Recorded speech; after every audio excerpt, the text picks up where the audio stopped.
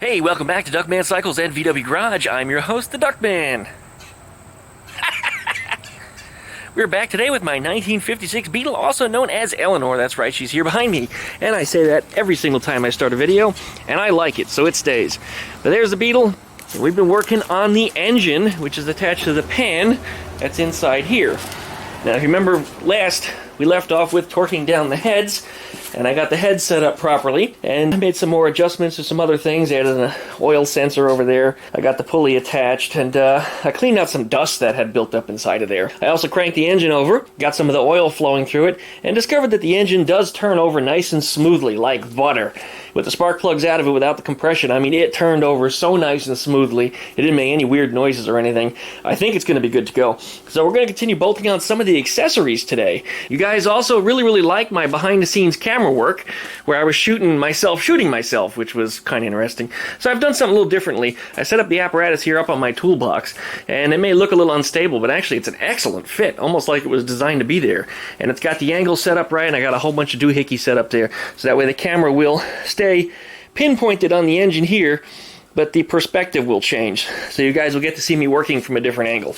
Alright, as always, like, comment, subscribe, pluck the little dingle bell you see down there next to the subscribe button. That we get updates every time I upload a new video. Don't forget to check out Duckman Cycles VW Garage up on the Facebook group page, and if you'd like to email me, duckmancycles@duckshit.net. You know, ask me any questions, ask me what's up, ask me what kind of rum I drink.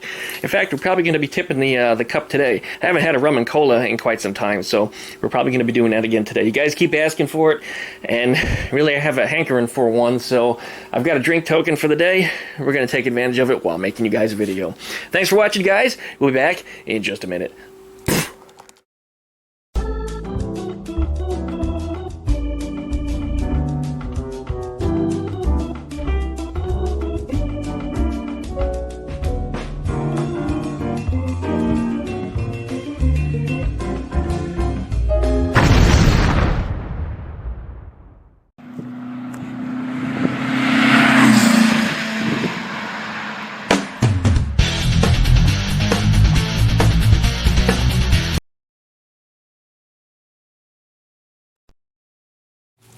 Well, I went back inside just for a minute to use the bathroom while that intro was rolling. Yeah, because this video is in real time. And look what happened. Never fails. This car comes outside, it rains. Rain is not in the forecast for today, but it seems like for the last week, about every 24 hours or so, we get another cold front comes through here, and it brings a whole bunch of rain and nasty shit with it. I actually did see a little blue sky poking through there earlier, but that was the most I saw. I still haven't seen the sun in days. But it's supposed to rain again later, but not until after 6 p.m., and we still are way off from that. It just frustrates the crap out of me that this car always gets rained on. Every time it's out of the garage, it gets rained on. Okay, well, let me get something done here. If it starts to get worse, or if it starts to freak me out, I'm going to bring it back in, and we're going to be done for the day.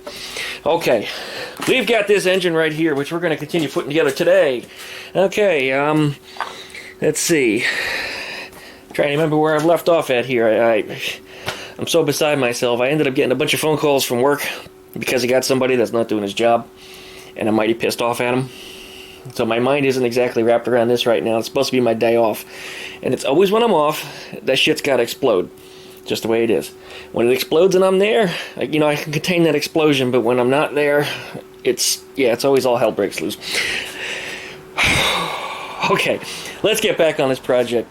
Cylinder number 1, cylinder number 2, cylinder number 3, cylinder number 4, blah, blah, blah, blah, blah. Where am I left off at? Oh, yes. We want to start bolting on probably some exhaust pipes. That stuff should go together pretty easily. Right there, I've got a set of brand new J-tubes. Somewhere around here, I've got a muff. Let's go ahead and dig out that muff. 2 hours later. Okay, we're back. I did a little digging out in my shed, and I found a set of J-tubes, and I found a header. But this has the large 3-bolt flange on it, so unfortunately that's not going to work with the Stinger or any of the mufflers that I have because the 3-bolt flange is the wrong size. So I went to digging, and I was digging, trying to find the stupid thing, but turns out I had a complete header system with J-tubes and everything already attached to it, And it's got the right size 3-bolt flange on there, and I had to dig everywhere for that. It took me almost 2 hours to find it. Turned out it was in my shed, and it was tangled up with a Baja header, which is the reason why I didn't see it. It was just too many pipes. It looked like a damn octopus, which would make sense because 4 pipes, 4 plus 4 is, well, 8. You guys get it. Also found a piece of tin. Well, I had it anyway. Sitting on top of the engine. This needs to go in behind this pulley, so I need to remove that pulley. Before I get into any of that, though, let's go ahead and let the oil out of this engine, and let's see exactly what comes out. I'm quite curious myself.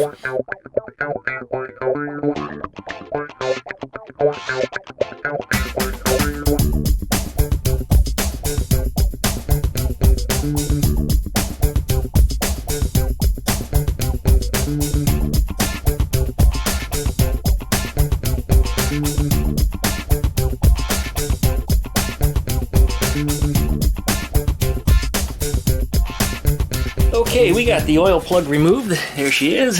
And the oil that's coming out looks like any other motor oil. You know, it's typically dark. It is brown if I rub it on anything. It's still pouring out, but no water came out, which is a good thing because this engine was parked outside in that car for a very long time. Okay, that's really good. Gonna let that keep draining. Meanwhile, we're gonna go ahead and pull off that pulley on the front there and install that pulley tin, which I'm going to wipe down real quick and just get it installed. I just want that to be done so I don't have to be concerned with it. So let's take care of it now. Now's as good a time as any, right?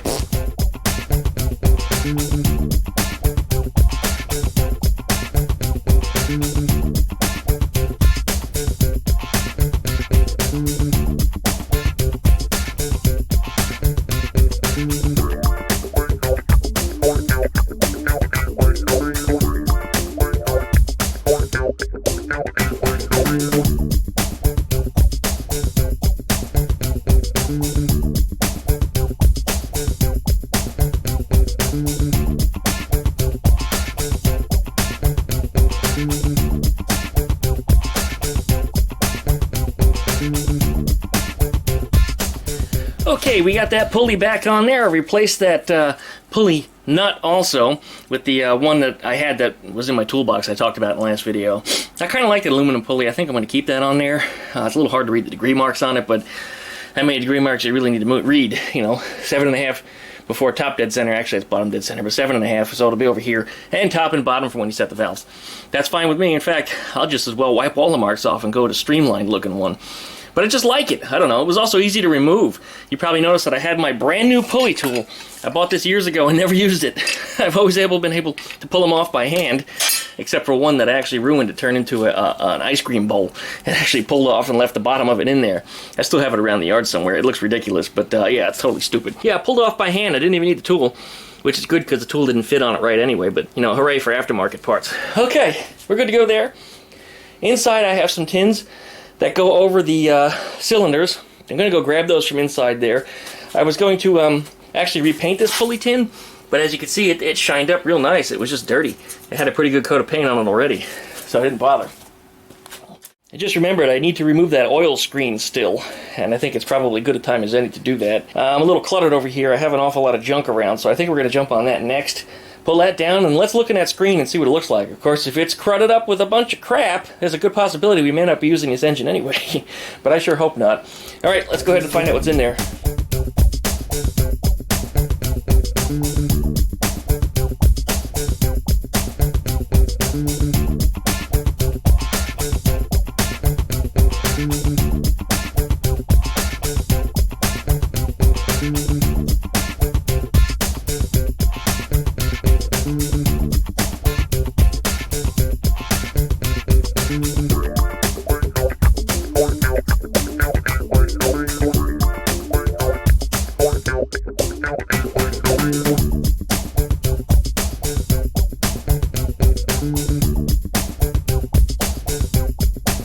Looking inside the strainer here, I'm not seeing any piston bits. This actually looks like, once again, the engine wasn't, you know, blown up. I don't see anything metallic or dirty little pebbles or anything like that in there. I don't see any reason I couldn't reuse this screen. I'm going to clean it a little bit and reuse it. Another thing to notice is that the gaskets are still on both sides of it. It's actually stuck to it and not to the engine case or to the cover, which is really out of the ordinary. Normally, one of the gaskets gets torn or shredded or ends up with, you know, pieces taken out of it. But these are actually in good shape considering they're both stuck to the filter. That's another thing that tells me that this engine was probably rebuilt with low miles. Because usually the gaskets have a tendency to bake themselves to the case and get stuck there. At least in my experience, anyway. But, yeah, I think we can reuse this strainer. I'm going to clean it out, put it back in, put a fresh set of gaskets and a fresh set of copper crush washers on there, and put that back on the bottom of that engine, and it'll be ready for oil soon. Okay, that strainer cleaned up pretty good. I hit it with some very, very light sandpaper just to scuff off the little bit of air filter. A little bit of the gasket that was still glued to it, so I took that off of there and it cleaned up real nice. There was no piston bits on the side of it. In fact, you can see right through the screen. A little bit of sludge in the bottom of it, but nothing to be concerned with, so it goes back in. Here's a brand new oil strainer kit right here. Look at that, it's got the set of filters in it. It's got all the little crush washers that we need. So we're going to install that sucker in there.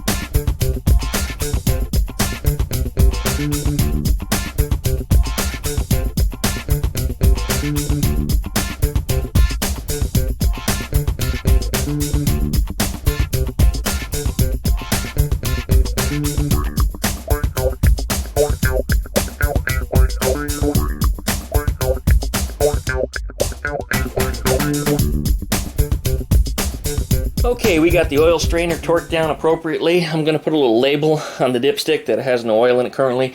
I went and looked in my oil container over there, and I only had 1 quart. So obviously you need about 3 in a Volkswagen engine. But yeah, I'm not going to be able to do that just today. I'm going to have to do a little shopping before we put any oil in there. So it's not going to run today, but that's besides the point, because guess why? It's effectively dark outside. That's going to cap a little bit of the work of what I'm doing here, but I wasted so much time today trying to find the stupid exhaust. Man, I just looked everywhere for that thing and couldn't find it. Anyway, I got it.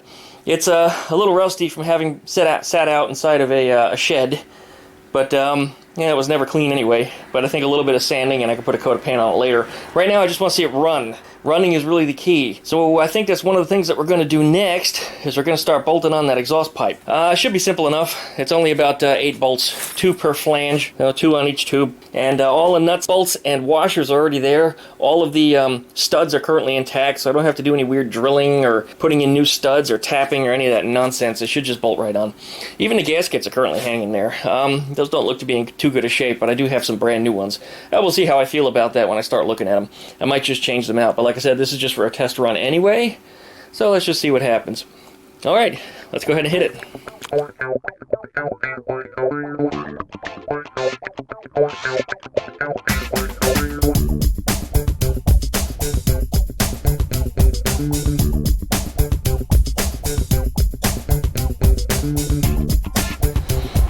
Alright, all the nuts came off easy. One of the studs unwound itself from the head, so I'm going to separate that nut from the stud. We're going to lubricate these things up nice with a little bit of anti-seize. Anti-seize doesn't really seem to do too good of a job on these because, well, exhaust bolts usually get really, really hot, so anti-seize tends to burn itself off. If you can find stuff with the graphite in it, usually you're a little better off.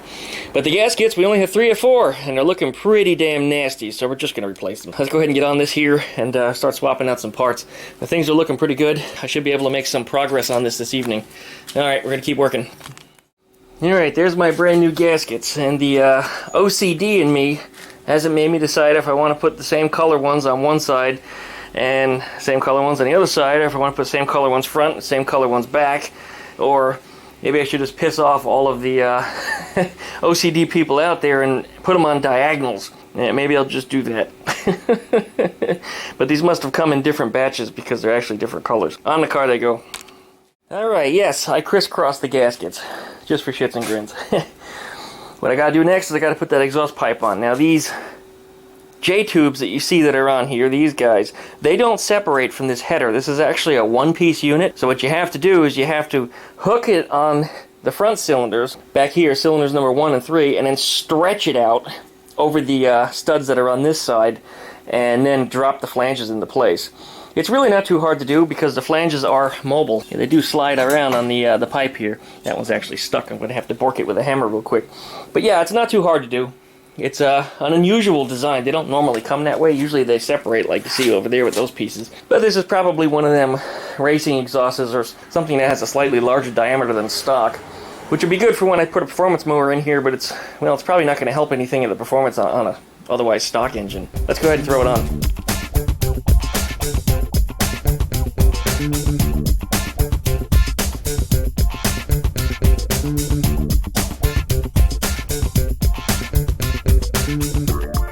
Alright, well I was getting started on that exhaust and it looks like I've got to stop completely.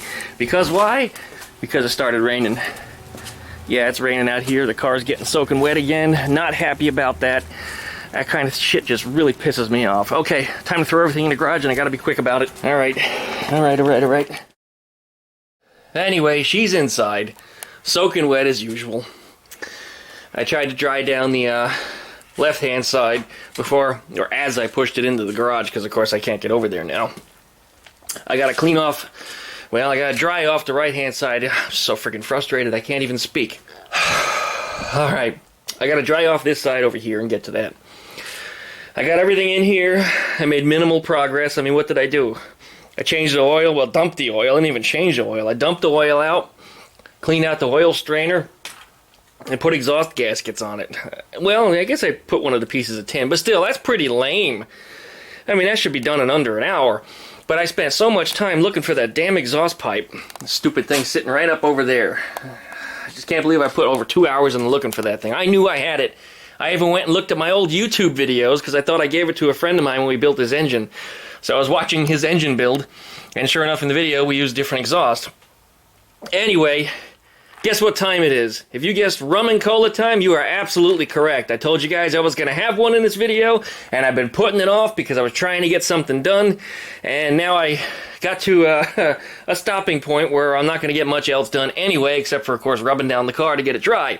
So I'm going to be sucking on my rum and cola and trying to smile, because today was just a total fucking mess. Just a total mess. Even work was bothering me because one of my guys wouldn't do his friggin' job.